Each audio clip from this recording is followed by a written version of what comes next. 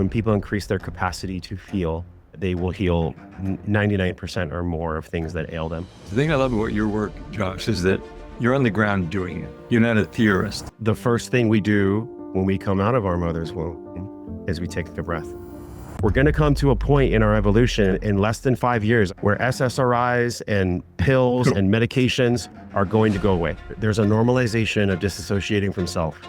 And the tools for disassociation come in what I believe is the wellness pentagon. Visualize a pentagon. At the base is the physical self. Then there's the mental, emotional on the walls. Then there's at the top. What stimulated all this, and how long has it been on this journey so far? I was addicted to pornography for over 20 years. And what I didn't know about the gift that was wrapped in that pornographic addiction was really just a little 11-year-old Josh that wanted to be loved. Our greatest freedom can only come when truly our biology is not in an argument with our reality. An identity transformation of unwell to or of perfect health from disease only happens when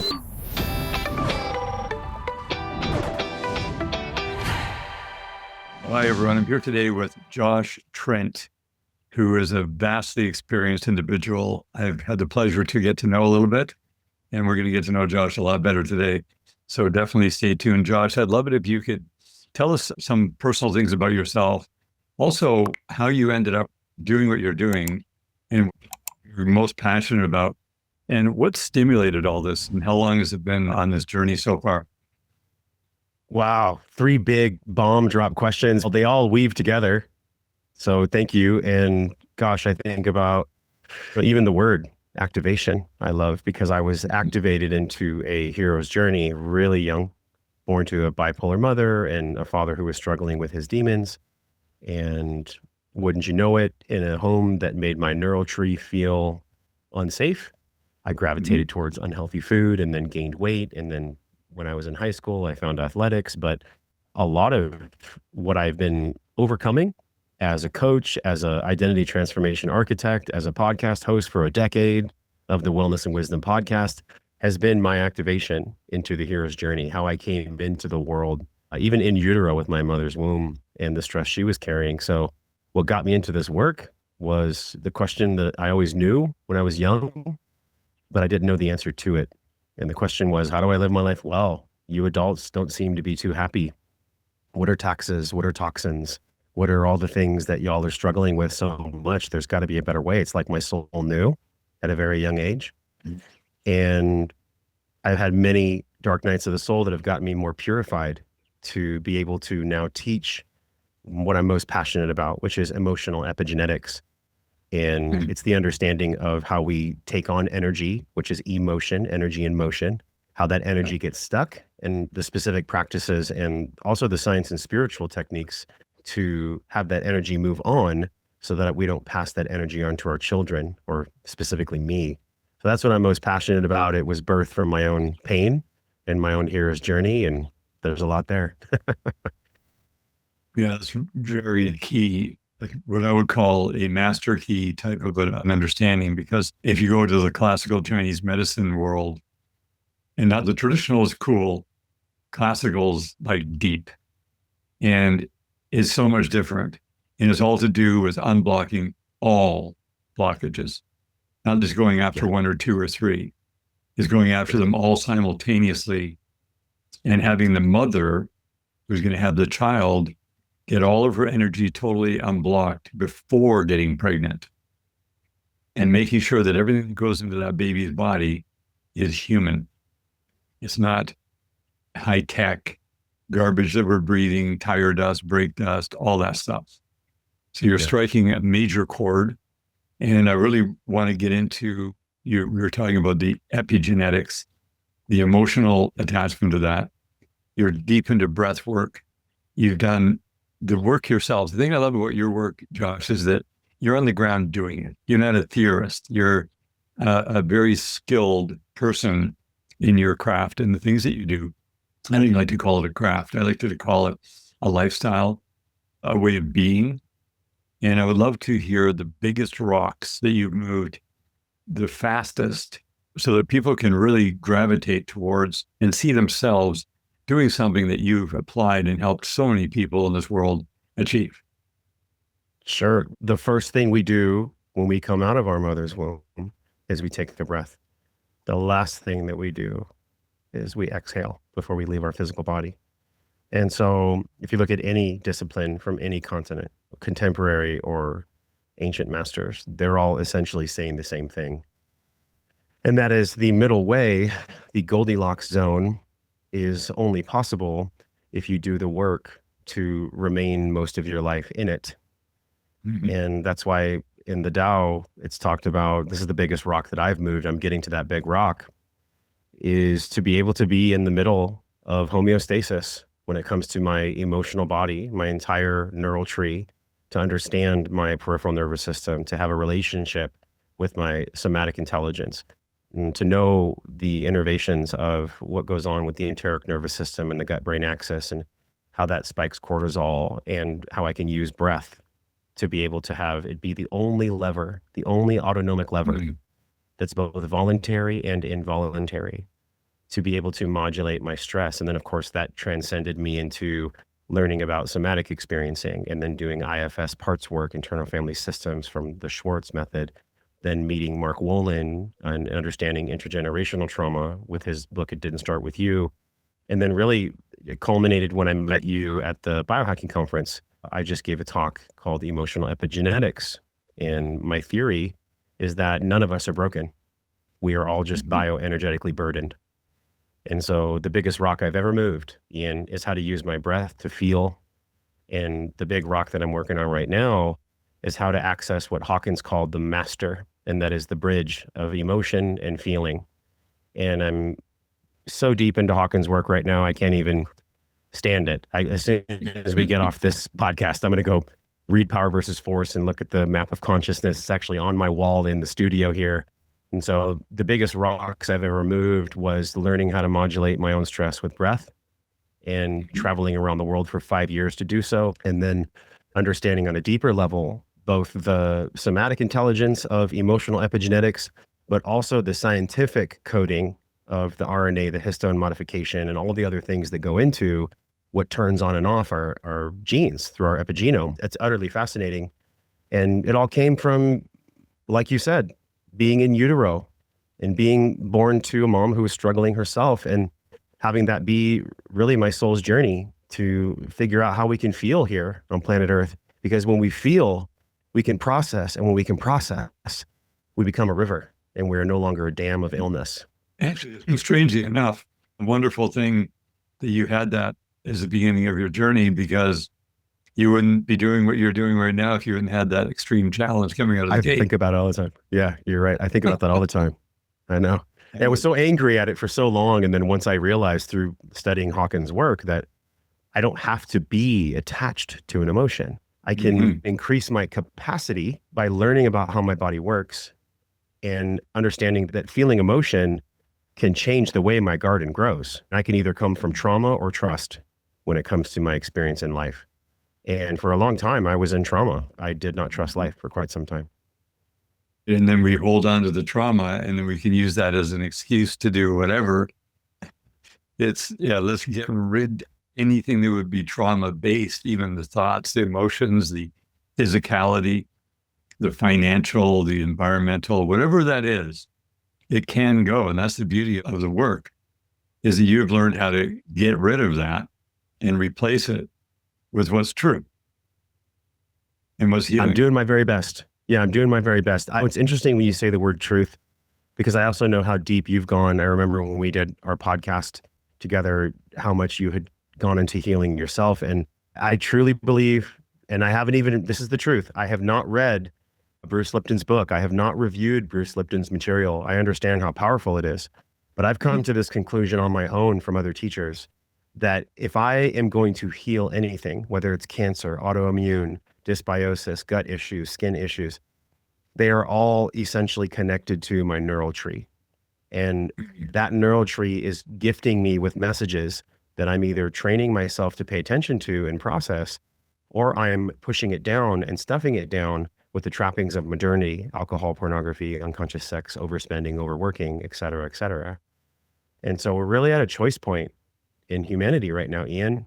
And I know you feel it too. We are really sick. We are, just like Krishnamurti said, And there's no measure of good health to be adjusted to a profoundly sick society. And we're in a very sick society, and there's a lot of sickness around us. And I believe that when we feel and when we increase our capacity to feel, and there's some very specific practices in emotional epigenetics that I've gone deep into, I truly believe with my whole heart that when people increase their capacity to feel, that they will heal 99% or more of things that ail them. And the feeling goes away when everything gets plugged up and blocked and you can't feel, you can't get the data because your body's Yes. constantly transmitting data, and it comes in so many different forms. It taps into the emotional side. And if we're not, like you said, with your breath, you can immediately, within 30 seconds, get yourself into a parasympathetic mode just by correct breathing and set your body at ease to be able to get the data. So you're not like in sympathetic too far, too long. I found people got locked in sympathetic, which I think is sympathetic is great. But if you're locked in, it becomes sympathetic stress. Yes. And that's where the damage happens. Yeah. And the worst part is that we're in a society that if we're not conscious, it's built upon sympathetic dominance. Yeah. Cars, notifications, emails, responsibilities, bills, payroll, fighting, intergenerational trauma, I believe fuels all of this. I actually think, if I can be so bold to go there, I believe, I'm curious how you feel, that everything you and I are experiencing, even your healing of your health issues and my healing of my health issues, they were plugged into us on a psychosomatic level, on an emotional epigenetic level, far before we were born. We are the Right. walking library of at least 7 generations back. There was 3 studies that have been done recently.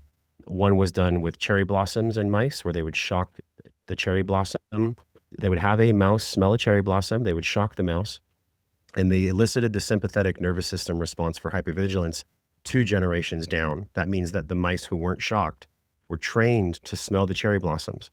And through that emotional epigenetics, those mice actually exhibited sympathetic dominance and dysregulation of their nervous system. There's 2 other studies that proved it actually goes 4 to 7 generations when we look at sexual abuse with humans, and specifically neglect with humans as well. There's also studies from the Holocaust that prove this too. So we're seeing more and more in science that what you and I are talking about right now is not just pie in the sky or woo or esoteric. It's actually deeply grounded in science. Well, then it begs the question that Christian already said. If we're profoundly sick and we're having scientific expression of epigenetic transfer of trauma, when are we going to grow up and be adults and start treating each other with love and kindness, and start treating our earth with care, and start treating our children different than our parents treated us? What can we grow up? It's like God wants us to grow up, and we're drunk on intellectualism, trying to find the scientific answer of why we should grow up, when our heart and soul knows it's time to grow up now. You're not grown up if I could be triggered.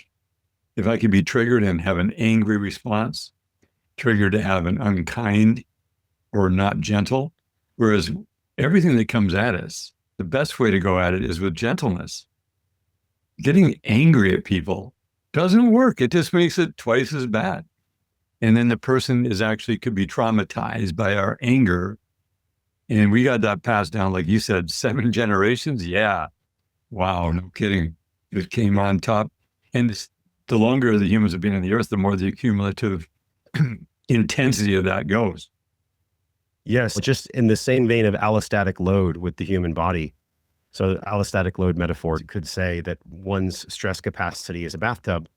And when you stack in environmental and food and toxins and microplastics and EMF and everything that you discuss on your podcast, we're already waking up and our bathtub is 75% full from an allostatic perspective. So the other 25% of stress capacity, we have to hold that in such sacred space and be able to modulate our nervous system so that our boss or our wife or our husband or our friend doesn't take our neural system for a ride. And that's where I think the real work of emotional epigenetics and parts work and breath work really start to shine, is we can take these kind of esoteric or woo-woo trainings that the hippies maybe wanted to do, and we can start to make them practical. We can start to make them real and preach to the people that are so right-brained that they need the scientific proof to grow up. But we can actually start having them access greater capacity to feel their emotion, energy, and motion which then is going to take care of a lot of these things, Ian, because people are just going to know in their hearts that the way we're treating Earth and each other isn't okay anymore. That's right, because we are actually here to make the world a better place. And it's not altruistic at all. It's for real. And if we're It's for here real. to, we make the world a better place, I got to make the world a better place for you and for anyone who I interact with or anyone we engage with. That is the real deep level intent. And the one thing I've learned along the way that I think is able to be exercised by anyone for free is to claim that you're perfectly healthy. Just to claim perfect health. It doesn't matter what the symptoms are, what the current situation is. It's not like a goal you're setting. All you say is, I am perfectly healthy. And then everything that is required to attain to that, you can't achieve it, but to attain to that allows that to become an actual reality where you're not achieving, you're attaining to, because all the tools, wisdom, knowledge, elemental things, nutritional things, whatever it is that's required to allow you to become that perfectly healthy person. And I'm not just talking about physical, we're talking spiritual, mental, emotional, physical, domestic, financial, environmental, just to name the main categories. And those words that you speak, because when people say they have trauma or they say they have cancer, I would never say those words about myself. I never had cancer in my life. Everybody tried to say I was a cancer survivor. No, there was a tumor in my body that was trying to help me to wake up. And then it took 7 years to get rid of it. Yeah. There's so much there. What I was seeing actually when you were speaking was this arc of transformation. It's like somebody who's with us, listening, watching, they're in a place where they don't want to be there anymore, right? They're in a place of dis-ease or they're in a place of unwellness. And they can start to try on some of the NLP that you're sharing with them and actually recoding their unconscious self. But there's this delta between where someone is and where they would like to be or where they desire to be. And I find that really what we're all wanting here is we're desiring identity transformation. But identity transformation of unwell to or of perfect health from disease, I believe only happens when we take full ownership of the honesty of what we've created and also what was given to us. Now, what do I mean by this? What we've created means the things I've drank, ate, had sex with, snorted, all the things that I've done. Can there be an emotional inventory with myself first, and then with my partners or my wife or husband later? And then from that honesty, then I get clarity about the ways in which I've been choosing to poison myself. And then from that clarity comes speed. And that's why you personally were able, I believe, to heal so quickly, is because there was an honesty, there was an emotional honesty about the choices you've made and the environment you had created for yourself. And I could point at my own life and say the same thing.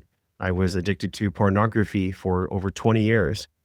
And what I didn't know about the gift that was wrapped in that pornographic addiction was really just a little 11-year-old Josh that wanted to be loved, that wanted to be cared for, that wanted to be seen, that wanted his mom to be well, that wanted his dad to be around. And so going back in my timeline and doing the deepest work possible through IFS and through different ceremonies and really meeting little Joshy where he is, wouldn't you know it, not only did the clarity of my previous life become the perfect proving ground for me to identity transform into the man I am now, but also looking back, I was like, wow, did my soul actually choose to have that addiction? Yes, it did. And it even wasn't an addiction.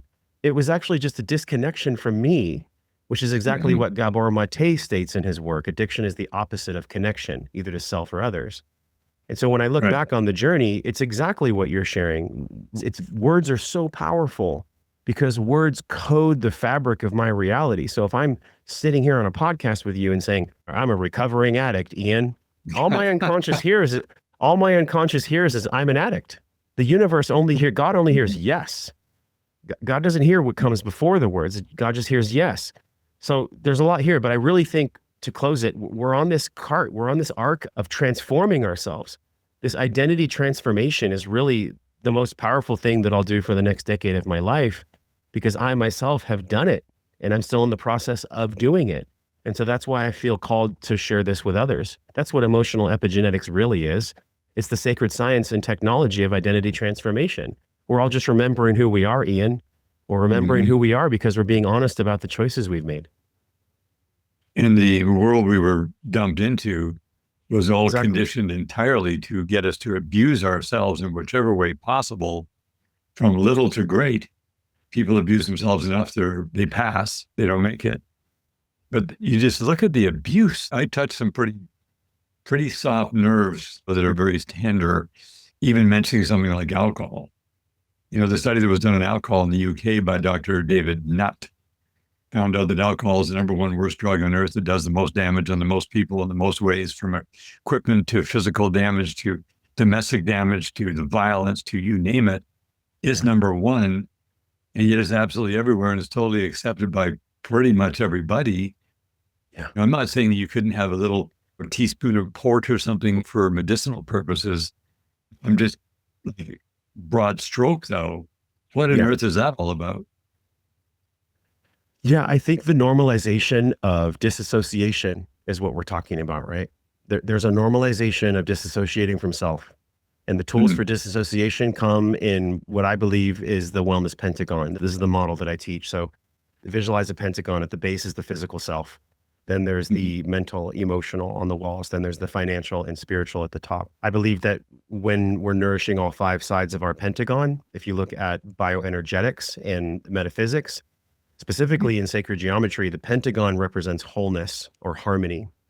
And then in electrical science, the pentagon is the perfect design for symmetry in a capacitor, in an electric capacitor. And so from both sacred geometry and electric science, we're seeing spiritual and science say the same thing. And that is, if we charge our human capacitor, which is those five things I mentioned to you, and we're committed Mhm. to charging our capacitor on a daily basis, or to use your company name to activate those five sides of us, then we become really unfuckwithable. We're not Mhm. monetized as easily. We're not manipulated as easily. We don't fall to the alcohol. We don't trip over drugs. We don't get attracted to pornography because we've cleaned Mhm. our vessel. We've purified our vessel so deeply, and we love and care about ourselves so deeply that we're committed to charging that pentagon, those five sides. And then we don't have to worry about the science of alcohol because we all know intuitively when we even smell it that it's something that our body doesn't want. Our mind may want it, but really our Mhm. mind wants it because it's trying to shut down the voice of our body. That's why people want Right. alcohol. They want to silence the voice of their body because they're Mhm. sick of their somatic intelligence speaking truth to them, and they want to dampen the truth with alcohol. And it's normalized because we live in a society that loves to monetize people's pain. Mhm. Hey, you don't like your wife? Go cheat on her. Go to Right. ashleymadison.com. Hey, you're feeling bad? Go eat a Burger King. Hey, go have sex with anybody you want. Forget about it. It's the devil's playground. It's Pinocchio with Fantasy Island. We get to grow up, is what I'm saying, Ian. We get to grow up and start loving ourselves and learning how to love ourselves and care about ourselves. Because we don't love ourselves, how can we love others? Just going out and having sex with whoever people want to have sex with shows a total lack of love, because there's no love there at all. I don't care what the physical feelings are, that is not love. Yeah. And it's actually abusive. And it always ends up with pain in the after effect. There's no value to that whatsoever. There's a devalue. Mm. So the premise of us being in this condition, I cannot blame being dumped into societal conditioning. I have no leeway, no fallback on anything that I can blame. I wanted to blame everybody when I got sick. And then I realized, hold it, I'm the one responsible for it. And everybody goes, no, don't blame yourself. I said, I'm not blaming myself. I just realized it has to be me. It's everything I'm thinking, saying, doing, acting, reacting. It's got to be messed up. And I don't even know where it's messed up. I'm so in the dark about this whole thing. I knew there were people on the earth at the highest levels of understanding when it came to all types of natural healing, spiritual all the way through. Yeah. Especially the physical, because my physical body was going to be taken away from me. I knew I couldn't go and find him and be the big hero. And I was not interested. I knew that was ridiculous. Another ego thing. I simply made an out loud request to be led, just led gently, and given eyes to see the people when I would be led to them, ears to hear.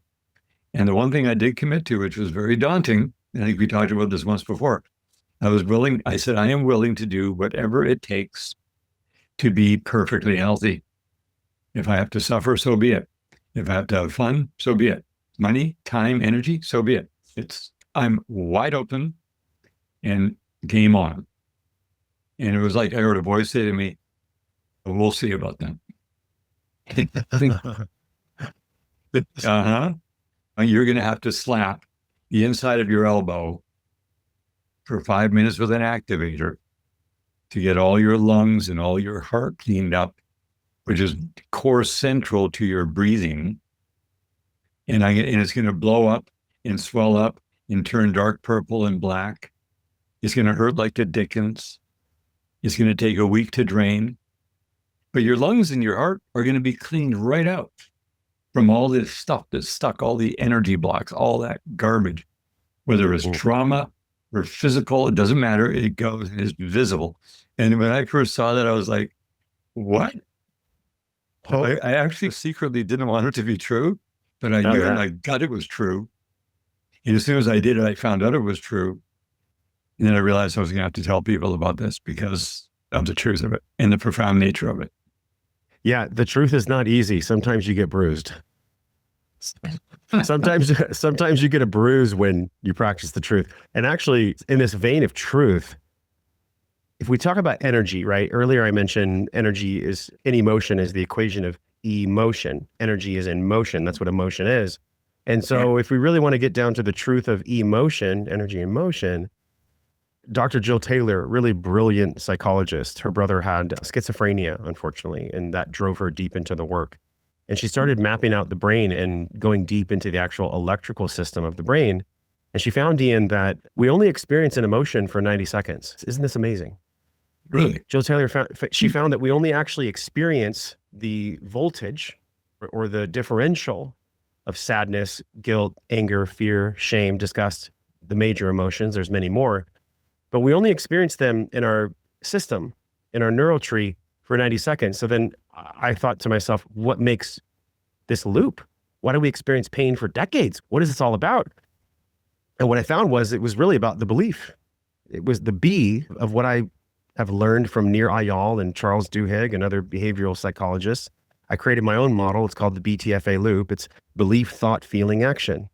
But before we can feel anything, we have to have the courage to feel the emotion. But before we can actually even understand why we're thinking or why we're acting a certain way, we get to look at the belief system and how it was embedded, how it was imprinted. This is where emotional epigenetics comes in and the science of identity transformation, because if Jill's work is correct, and science has shown that her work is correct, and we really only experience an emotion for 90 seconds, then what are the loops that make that emotion stick? It's actually Bessel van der Kolk's work. It's actually Mark Wolin. It's what you talked about with, what was that method that you talked about in hitting the tissue? Yeah, the bioregenerative release. The bioregenerative release. So the bioenergetic quotient of this is connected to our neural tree and our physiology, actually physically in our soft muscle tissue and in our fascial system as well. You know, the body keeps the score is actually real, because there's a neuroscientist right now, not a doctor. He's a neuroscientist researcher, PhD, Michael Edward Johnson.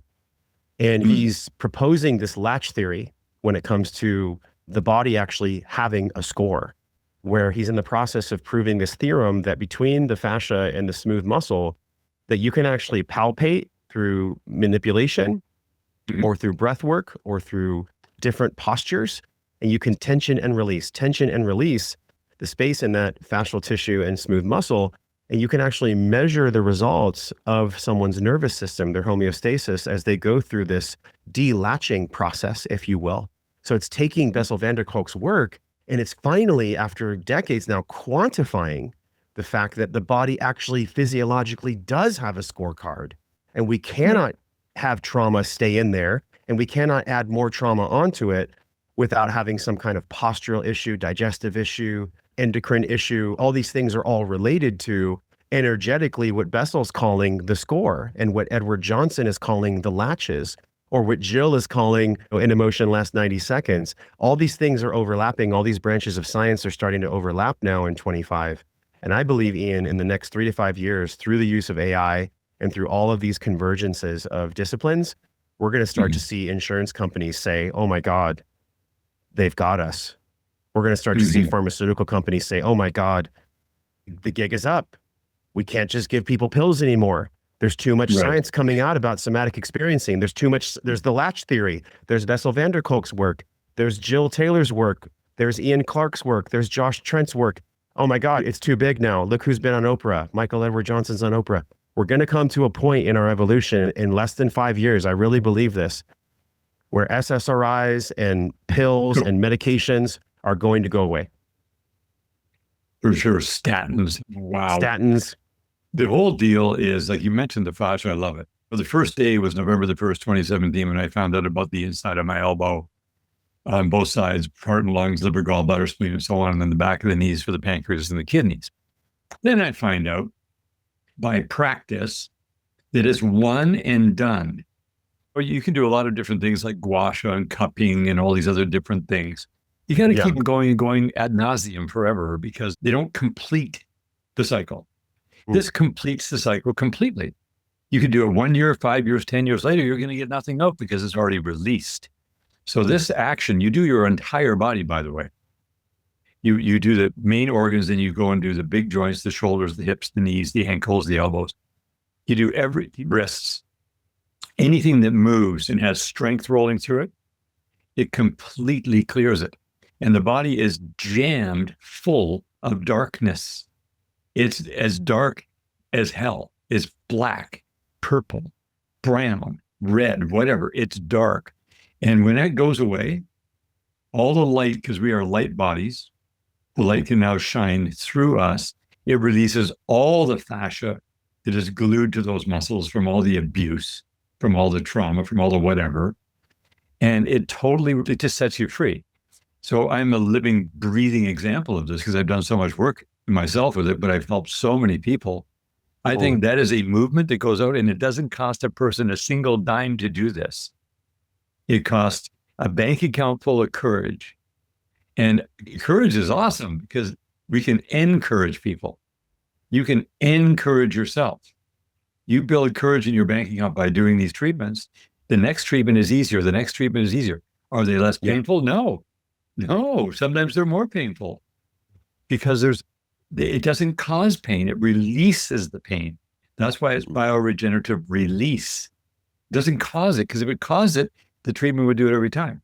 So it's like your breath work, like the things that you've discovered that you apply, these are like one and done, because you can build yourself up and maintain that. For how much does it cost to do proper breathing, Josh? If you look at a baby, they've got it down for free. It's funny. When my son was born, I tested this theorem because I read Nestor's book, Breath. And for a second, I just put my finger on my son's nose and he started to choke. And I was like, oh my God, babies come out of the womb naturally by our creator, breathing through their nose. We learn how to mouth breathe. We learn how to mouth breathe because guess what happens? And this is so good. I've actually never said this. This is so good. I love our conversation. I'm realizing that the reason we've been trained to mouth breathe is because we don't want to feel the lies that our body is trying to get rid of. That's really what it is. When we're in conversation together, or this is not a threatful conversation, this is fun, but if I'm in a perceived threatening conversation with someone, maybe a spouse or a friend or a boss, there's tension, there's something at risk, perceived risk. The reason why people, I believe, and there's a scientific portion of this too, mouth breathe, is because when we breathe in through our nose, it activates the sympathetic. But in order for us to exhale and have an audible sound, we're activating parasympathetic. But we can't feel our stress unless we breathe through our nose. We can't feel, essentially, what's guiding us away from homeostasis, AKA the lies, unconscious or conscious, unless I have the courage to breathe through my nose and be calm in myself when I'm experiencing a perceived conflict with a perceived threat. This is so wild. I can't believe I haven't even thought of this before. I was in the vagal tone conversation and how to have Goldilocks zone with your breath and the science of how the nasal breathing, the spherical cores and the nasal breathing condition the air. And there's so much science that tells us this, but just on a human level is what I'm sharing to you. Just on a human level, the reason we hold our breath is because we don't have the courage. Like you said, we haven't been encouraged to be honest. We haven't been encouraged to have the courage to face the difficult thing that's making us hold our breath. And so we kowtow, and this is not to shame anyone, I've been there. And we fall back to a story, a belief system that makes us think we're not enough, that makes us feel shame. And then we go with our action, the BTFA loop, and we eat a pint of ice cream, or we Yeah. use pornography, or we go drink a fifth of Jack Daniels. But it really boils down to the breath being the encoding mechanism for the BTFA loop. We cannot know our beliefs. We cannot understand our thoughts or our feelings or our actions if we're not breathing. And breathing is free. Once you know it, Ian, you know it, right? Once you know how to really do it, once you know how to fill your 4 diaphragms, because the human body has 4 and people don't know that.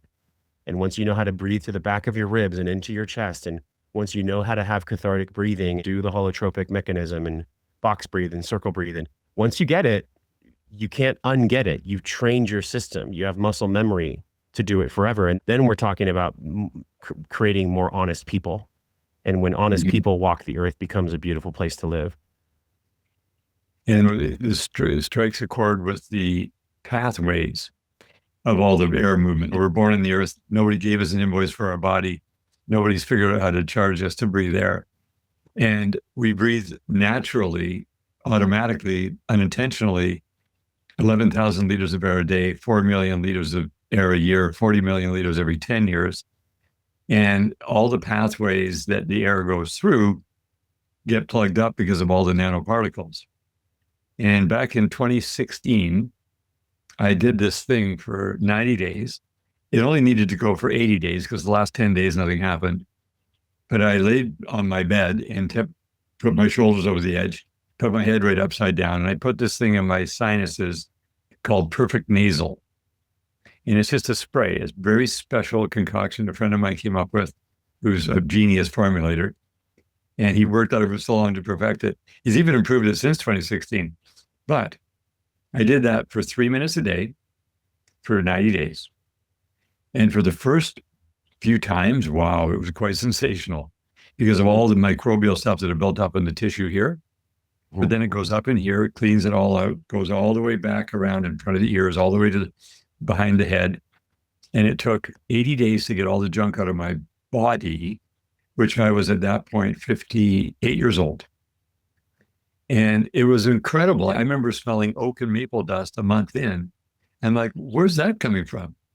Well, that was when I had my woodworking shop in the 90s to 2002, where we did maple and oak primarily for these really special circular staircases. And it was like, oh, that was a whole wave that lasted about a week. And then it just kept deeper and deeper. And all this stuff came up.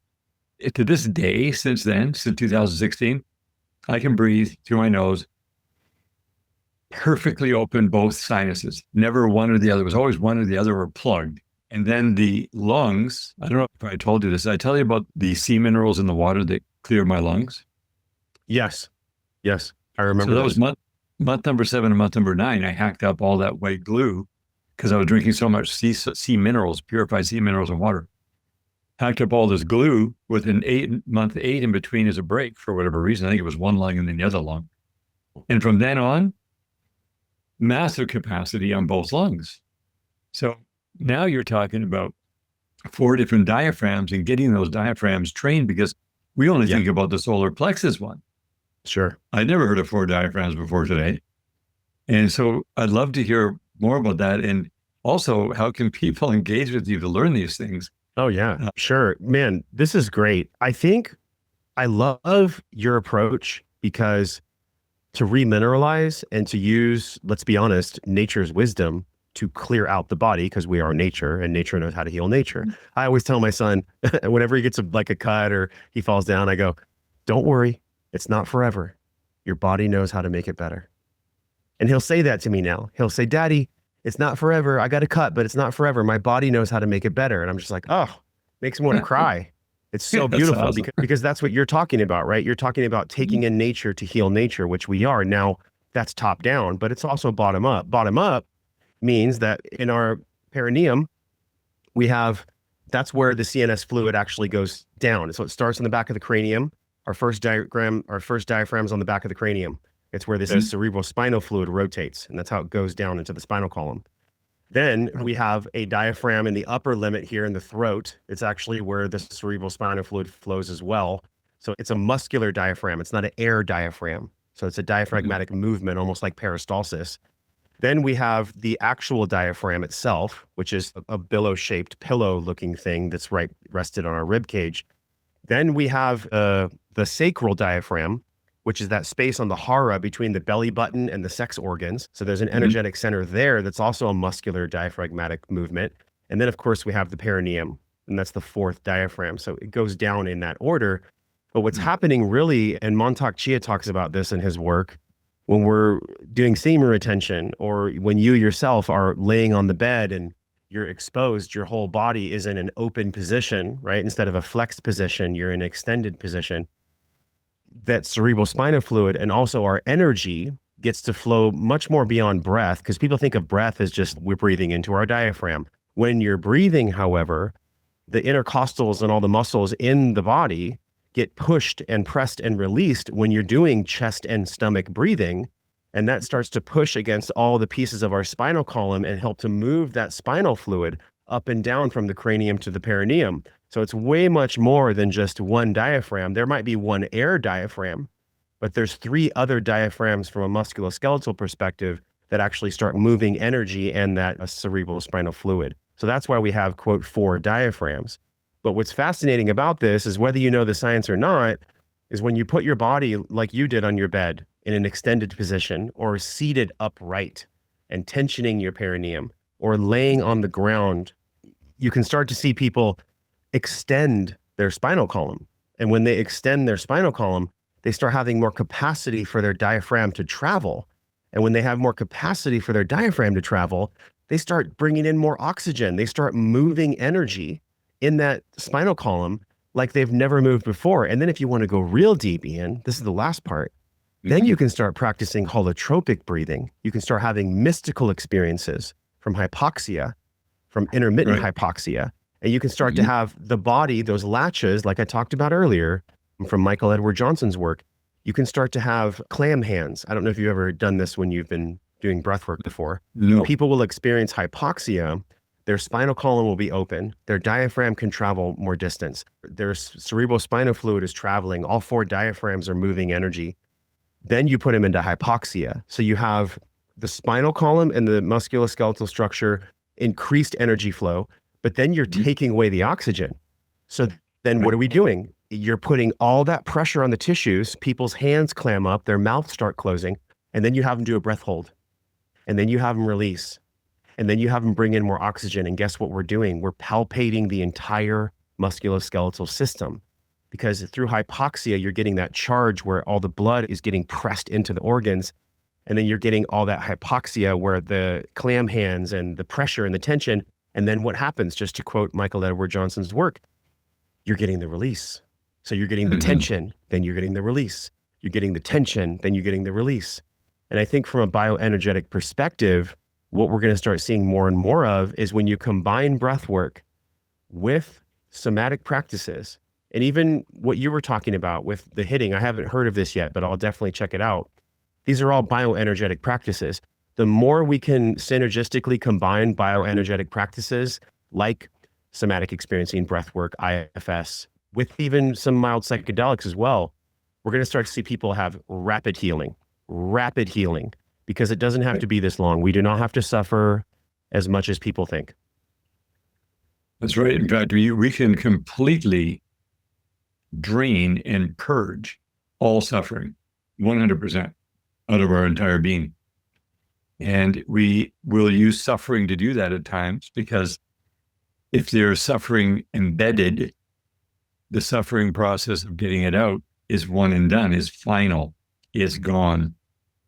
And it's something that, we'll definitely do a deep dive at some other time on the bioregenerative release. Yeah, and that's the ultimate depth of classical Chinese medicine, the original, thousands of years. And that along with certain stretches to open up the diaphragms.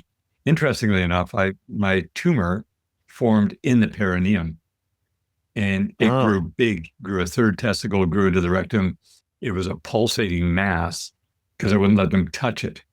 I did. I got away from I'm not against medical, by the way. I think the medical world is there to help people when they're at a certain level because they don't know what else to Yeah. do. Just like Yeah. then you have a naturopath or a functional medical or integrative. So they're all very helpful, but you want to get yourself up to a level where you're 100% natural healing. That's your journey because it's yours. It's a God-given thing. You deserve it. You deserve to be naturally healthy and having perfect health. Yeah. So all this Yeah. stuff tapped in from these diaphragms to the spinal fluid. Wow. This is extremely advanced and simple Yes. at the same time. So, wow. Yeah, there's so much there. Could I simplify one thing? Like you said, simple. To No. simplify it, if we can just spend time laying on the ground and opening up our kyphosis, so the people that they round forward, if we can Right. extend the thoracic spine, just do that. Just extend the thoracic spine on the ground, put a soft 3-pound sandbag or pillow on your stomach, and just practice inhale, belly rises, pillow goes to the ceiling, exhale, belly falls. And just practice that for 3 minutes a day. It's completely free. It's completely free. You'll start feeling so much better. And then you can start doing some more advanced practices. But if people just do that, lay on the ground, put your heels on the ground if it hurts your back, or put your legs on the couch, put your calves on the couch, put a pillow on your stomach, inhale through your nose, belly rises, exhale through your mouth, audible sound, belly falls. 3 minutes a day, it'll change your life. It will absolutely change the way you relate to your neural tree. Just doing that one thing. Well, it's awesome. And you mentioned the thoracic, which most people never talk about thoracic. They always talk about the lower lumbar, the neck, and the cervical, and whatever. Yes. A friend of, I want to just mention this really quick. A friend of mine, a medical doctor in Toronto, who is all natural. He actually practices psychiatry, but he doesn't do psychiatry the way that everybody else does. Doesn't believe in any of the diagnosis, never, ever prescribes a drug. He just talks to people. Very unique. And he was always had it. He's a tall, lanky guy. He would have his head forward writing notes. In his mid 40s, he got into such a condition with C2, C3 that the disc was pinching the nerve that the spinal column coming up to the brainstem and the blood flow, that it was life threatening. And he didn't know what to do. So being in that place where he didn't know, they went and they did an operation. They opened him up right through here. They went in, they took out C2, C3 disc. They took a bone from his hip, put it in there, bolted it together. It was a very dangerous operation, 25% chance of paralysis. And he got over it. It worked. 10 years later, he's in the natural health space. He's now doing yoga. He notices that everybody over 40 looks like their thoracic is like a steel rod. There's no flexibility there. Yeah. People are younger, it still moves. He thought, I wonder, because he got back into the same situation again. He goes, this is not possible. This thing is fused. He came up with an invention. He took a yoga block and he cut it with a knife and he made a hump. It also slants out from the side. He laid on that so that it allowed his shoulders to go back and open that up. And it made the thoracic get flexible. It took 2 weeks. It was quite uncomfortable the first week. And he had to put a pillow under his head because it was too uncomfortable. By the end of the 2 weeks, he could have his head on the ground, thoracic fully bent, and his entire neck problem went away. He never had to have that operation. That was the only problem he had. Incredible. Yeah. Yeah. I think there's a couple things there. One is we're a very sagittal culture, the sagittal plane of movement. We're very sagittal. So we're forward flexed, we're kyphotic, we're forward head posture. And then on top of that, from an emotional epigenetics perspective, which is my real work, breathwork is a keystone of emotional epigenetics, but breathwork is literally, like I said, a keystone. It's part of the wheel of healing and of wholeness. The people that do the breath work and combine it with laying on, like you said, a tool for opening up and extending the thoracic, or even people that are involved in yoga, breath is a very huge part of yoga as well, the pranayama breathing and the hatha breathing. If we look at the synergy stacking of what you're talking about with your friend who his malady became his teaching, it's so funny. Yeah. He had the issue and then he goes into yoga himself, of course, just like we all do. And so the point I'm getting at is, like, when we start to get curious, Ian, about why we're not feeling well, it leads us to a path where we eventually figure it out. And then we start helping other people. And I think that's really where I am when it comes to what you're talking about with this kyphosis, because the more and more I've done breath work, I've done it since 2016. I've taught over 1,000 students. I've done large rooms, one-on-ones, online, everything. What I see 100% of the time is kyphosis and forward posture and that rounding of the thoracic, that flexing of the thoracic spine. 100% it comes from people storing a fixed body posture out of safety and protection. It's an emotional signature. It's they're tensioning their pectoralis, they're rounding their shoulders, they're in kyphosis because there's a part of them that doesn't feel safe to live in their body. And that's where we start to do the real healing work. The postural stuff is great, but I think we need posture, breath, and emotional epigenetics to really combine the healing modality for people. I see that now. I didn't see that before. Yeah, each system is directly affecting each system. This is like looking at the body with the 15 operating systems. They're major operating systems. And each one is like a chain and a link in a chain. Yes. And if your link gets weak, if a link gets weak, man, you got to get the thing straight, because if it breaks, you actually physically die that day. For real, like you said, right? Yeah. Breath is number one. So having everything all strengthened simultaneously, and each one will strengthen each other when you synergize it all. So combining all these things, which is actually really stacking simple, natural, logical, mathematical things that make perfect sense. And then just getting that to become part of our lifestyle and taking the time. And it's so cool. Like everything that was actually at the highest level when it came to modalities was free. Yes. It gets more expensive the longer you wait.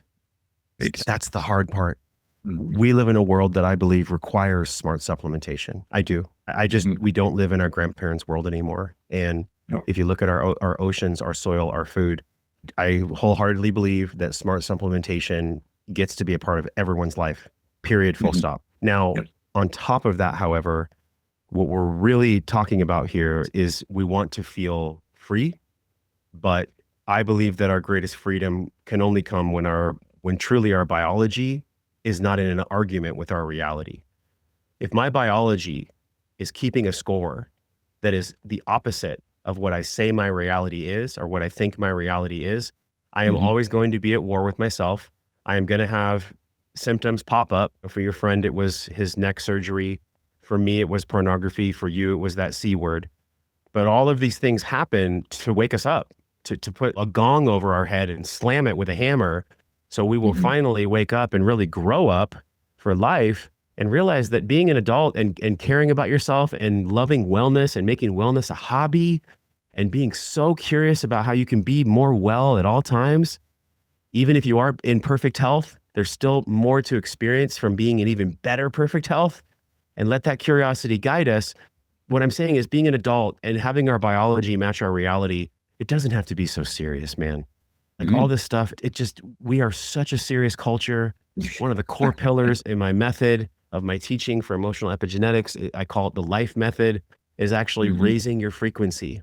The L is for liberation, the I is to go internal, the F is for frequency upgrade, and the E is for embodiment and integration. And in my life method, I teach people how to raise their frequency, not in an esoteric sense, but literally charge their capacitor so that they can have more fun. So you and I can be on a podcast and enjoy our time together and share wisdom and share knowledge that'll really help people and not make it so serious, because we're in this age of intellectualism where we've just intellectualized ourselves to death.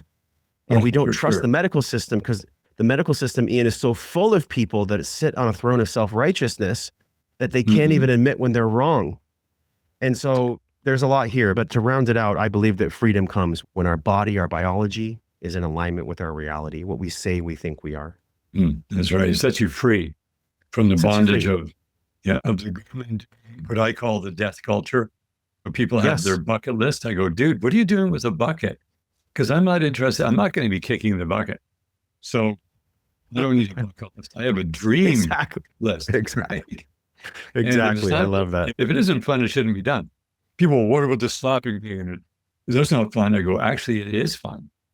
It's a challenge, because you are going to challenge yourself. That is actual fun, because you find out that you can do a lot more than you think you can. Like that guy, that Navy SEAL guy, said that when you're when you think you're 100% capacity, you're probably about 40%. That was Goggins, right? You're probably Yeah. about 40%. And Jesse Isler was the one that really brought that out and told us where I first heard it was from Jesse. And I thought, man, that's a hard one, but it's true. And the fun stuff is when you feel so good. Nothing feels as good as feeling good. Nothing feels as great as feeling great. And when you feel great, you show up great. And then you're here for everybody else. It's not an ego thing. Look at me. No, it's, hey, I am here for you. Like the light is shining brightly because each one of us have that light within us. But people are so jammed with all this darkness that's blocking their light. You got to get that darkness out of there. Breathe in the light, breathe in the life. It's the breath of life. And we're here to go through it. And we've seen what happens when people can't get air anymore. Yeah. Game over. It's game over. And right now it's game on. Speaking of playfulness, it's game on right now because we are so resourced. Are you kidding me? Look at the resources we have that our parents never had. Our grandparents would have dreamed of the resources we have. They would have dreamed. My great grandparents that came from Sicily and came to Ellis Island, they would have been in awe and shock and admiration that you and I can speak to each other through a satellite across the world. Why are people not waking themselves up to the fact that heaven on earth and hell on earth are both here at the same time? We're living it right now. And so it's a philosophical question. It's an anthropomorphic question. But the question that I told you when I was a little kid, it's the same question for me now. How do I live my life well? And I truly wholeheartedly believe it's filling up our capacitor, those 5 sides of self that I mentioned to you. And once we do that, Ian, then we can step into breath work. Then we can step into emotional epigenetics. Then we can start doing the life method. Then we can start being curious about our wellness. And then before you know it, 6 months, 12 months goes by. And instead of focusing on your illness and focusing on all the things that are wrong, you've just trained yourself mentally, physically, emotionally, spiritually, and financially to hunt and use your reticular activating system to seek out the things that just make you feel good because you just love yourself enough and you know you're worthy of feeling good. And that's what we're all waking up to. We're just remembering, man. We're remembering who we are. And I didn't believe that for a long time. I thought that was a very woo statement. What do you mean we're remembering? Now I get it. I actually get it. We're just remembering how to be. We're remembering who we are, that we're children of God. I don't mean to be a dude in the sky, but children of our creator. We're just children from the garden here. We're learning how to be in the garden. Yeah. I love that you earlier mentioned the Pentagon. You look at the hand, that is the Pentagon because there's 5 fingers. That's right. 5 is grace, GRACE. And we need as much grace as we can get to be able to function in this very difficult, at times, world that can be very enjoyable, rather, is going from one paradigm to the next. Yes. This is why podcasting is so great. I've looked at my hand a million times, probably. I've never associated the Pentagon with my hand. This is what happens when 2 people are curious, when 2 people have life experience and we can share it. I really love what we've covered today. I know it's good because there's things that I haven't thought about that were coming online, that were being activated in me. So I really appreciate the conversation. Yeah, it's been tremendous. And one last thing on the Pentagon is that the powers that be that try to control everybody, mind control everybody, use that shape. They know how powerful that is. You go into the dark world of the entertainment industry. They've got Pentagons everywhere. They're using it in a way to manipulate rather than to serve. Yeah. And we use it to serve. It's a wonderful term. It's a wonderful shape. It's a geometrical miracle. It's sacred geometry, as you mentioned, which taps into the Mandelbrot and to all these things that have now been discovered. Like we should have been told that in 1980 when the Mandelbrot set was discovered. That's when it should have happened. But what was the Mandelbrot set? I don't know that. So the Mandelbrot set was discovered in 1980. It is the evidence of eternity, because eternity is not a religious word, it's a factual data word. And it means always existed, always has existed, always will exist, can never change. It's an absolute. And I will share some information with you outside of that. We can even pop it in the podcast. But it is a set that is profoundly revealing and it helps you identify much deeper with what is real. And it is a Z equals Z squared plus C formula that has two opposing equal signs that go back and forth and feed into itself. And it produces the most beautiful things you've ever seen. And you can look at it from many different angles. Point is, what I found out is that's what we're made of. We're actually made of that. Everything is created by that. You can see it in nature everywhere. So that's another deep dive we can get into anytime. That's but today, I'm very interested in people becoming aware of where they can locate you. What's the best place to get the information? How do they engage? The best place to go is liberatedlife.com. The conversation that is worth having, that is worth sharing, is happening just like this in community, right? We're built for community. That's how our body and brain and soul were wired. And so liberatedlife.com is a completely free community. There are programs that you can graduate into there, but I like to give. And when I give, I find that the universe naturally creates reciprocity as long as I really have a space that's safe for connection and for giving. And so liberatedlife.com is the best place to go. You can also go to joshtrent.com and subscribe to the Wellness and Wisdom podcast. It's been 10 years of podcasting. I can't believe it. That's awesome. That's really, man, I'm a newbie. Lots to learn. So I'll be able to learn a lot from you on this journey. And so that concludes it. That was pure gold, Josh. Loved it. Loved every second of it. Me too. Me too. Yeah. Yeah. Thank you.